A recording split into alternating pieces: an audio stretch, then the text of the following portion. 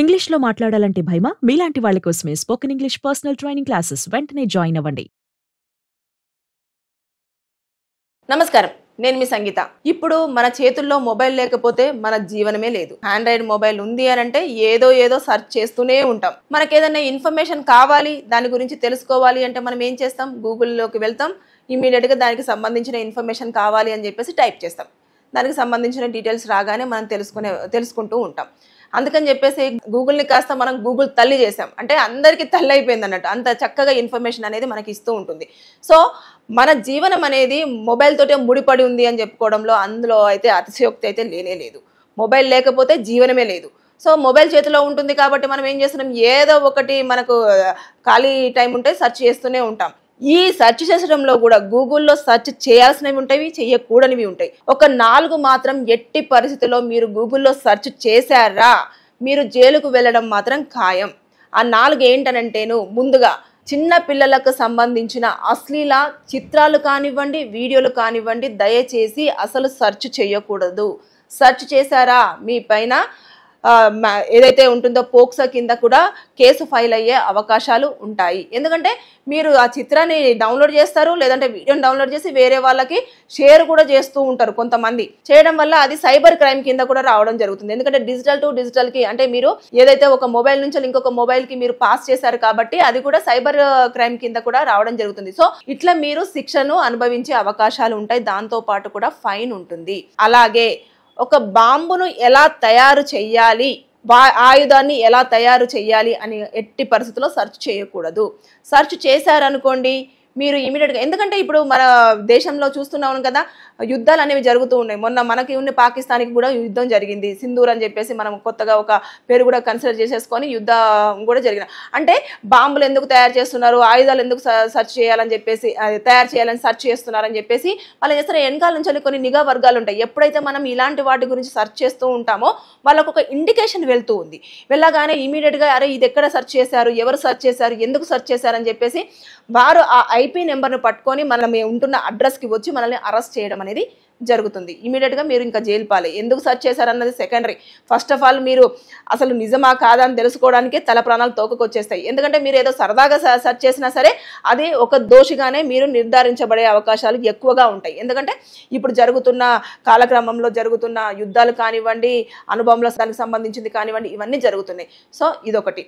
అంతేకాకుండా హ్యాకింగ్, అంటే ఇతరుల డేటాని మనము కలెక్ట్ చేసుకోవాలి అనే నేపథ్యంలో మొబైల్ని కానివ్వండి, బ్యాంక్ డీటెయిల్స్ కానివ్వండి, వాటిని ఎలా హ్యాక్ చేయాలి అని చెప్పేసి కనుక మీరు సెర్చ్ చేశారా, మీరు ఇంకా జైలు పాలే.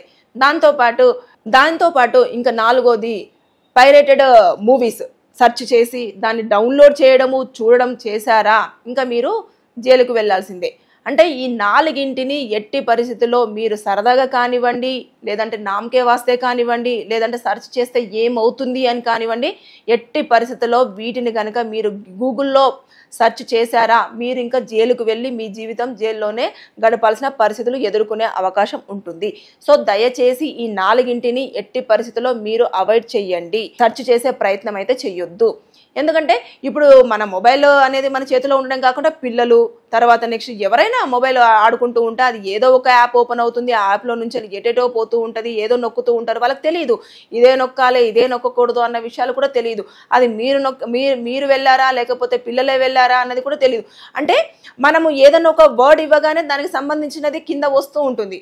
సో అది రాగానే ఏదో ఒక దానిపైన ఫింగర్ ఇలా పడగానే అది ఇమీడియట్గా సెర్చ్ బార్లోకి వెళ్ళడం, సెర్చ్ నుంచి వెళ్ళి మొత్తం కింద డేటా అంతా కూడా రావడం జరుగుతుంది. అంటే కొన్నిసార్లు మన చేతి నుంచి జరిగిన, కొన్నిసార్లు మన పరిధిలో లేకుండానే జరిగే పరిస్థితులు ఉంటాయి. ఆ నేపథ్యంలో కూడా మీరు ఖచ్చితంగా సంజాయిషి ఇచ్చుకోవాల్సి ఉంటుంది, మీరు ప్రూవ్ చేసుకోవాల్సిన అవసరం కూడా ఉంటుంది. కాబట్టి దయచేసి ఈ 4ంటిని మాత్రం ఎట్టి పరిస్థితుల్లో మీ మొబైల్లో సెర్చ్ చేయకూడదు. ఒకవేళ ఎవరైనా సెర్చ్ చేస్తున్నట్టు తెలిసినా కూడా కాస్త వాళ్ళని అలర్ట్ చేయాల్సిన బాధ్యత ఒక పౌరుడిగా మీ మీద ఉంది. కాబట్టి దయచేసి ఈ 4కి దూరంగా ఉండండి. గూగుల్ని మంచి వేలోనే ఉపయోగించండి. మీకు ఏ ఇన్ఫర్మేషన్ అయినా కావాలి అంటే తెలుసుకునే ప్రయత్నం చేయండి. కానీ ఇలాంటి వాటి కోసం మాత్రం ఎట్టి పరిస్థితుల్లో సెర్చ్ చేసి అనవసరంగా ఇబ్బందుల పాలు కాకూడదని చెప్పేసి నేను ఈ వీడియో త్రూ మీకు చెప్పడం జరుగుతుంది. సో నేను మళ్ళీ ఒక్కసారి మీకు రిమైండ్ చేస్తున్నాను. గూగుల్లో ఒక 4ని కనుక మీరు ఎట్టి పరిస్థితుల్లో సెర్చ్ చేయొద్దనేది నేను మరీ చెప్పడం జరుగుతుంది. మీరు సెర్చ్ చేశారంటే జైలుకు వెళ్లాల్సిన పరిస్థితే.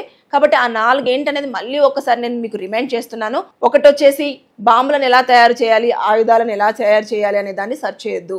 తర్వాత చిన్న పిల్లలకు సంబంధించిన అశ్లీల వీడియోలు కానివ్వండి, చిత్రాలు కానివ్వండి సెర్చ్ చేయకూడదు. మూడోది వచ్చేసి హ్యాకింగ్, అంటే ఒకరికి సంబంధించిన డేటాను మనం ఎలా కలెక్ట్ చేయాలి, వారి పాస్వర్డ్ కానివ్వండి, వారి బ్యాంక్ డీటెయిల్స్ కానివ్వండి, వారి మొబైల్లో ఉన్న డేటా కానివ్వండి ఎలా మనకు తీసుకోవాలి అని చెప్పేసి దాని మీద సెర్చ్ చేయకూడదు. ఇంకా 4వది వచ్చేసి ఏదైతే పైరేటెడ్ మూవీస్ ఉంటాయో వాటిని సెర్చ్ చేయకూడదు, వాటిని డౌన్లోడ్ చేయకూడదు, వాటికి సంబంధించిన లింక్స్ని కూడా ఎవరికి పంపించకూడదు. ఇవి కనుక చేశారు అంటే మీరు జైలు పాలవడం ఖాయం. సో తస్మత్ జాగ్రత్త.